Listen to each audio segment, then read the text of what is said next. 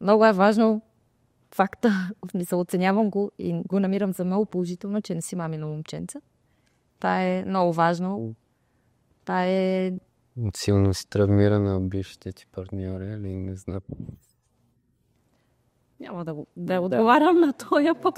Добре, защото за да го кажеш има причина. Да.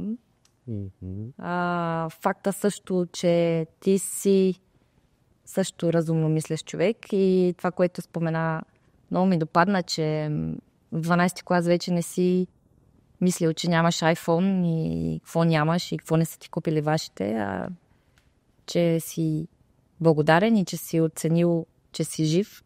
Аз също го намирам много за положително. Също така, че тренираш, това е много важно. Не е само от гледна точка на външен вид, ами по-скоро и здравословни причини, защото спорта си е здраве, каквото и да си говорим. Че пътуваш, това е много хубаво. Това е много хубаво. Чаровен си. Това вече го споменах, но пак ще го кажа.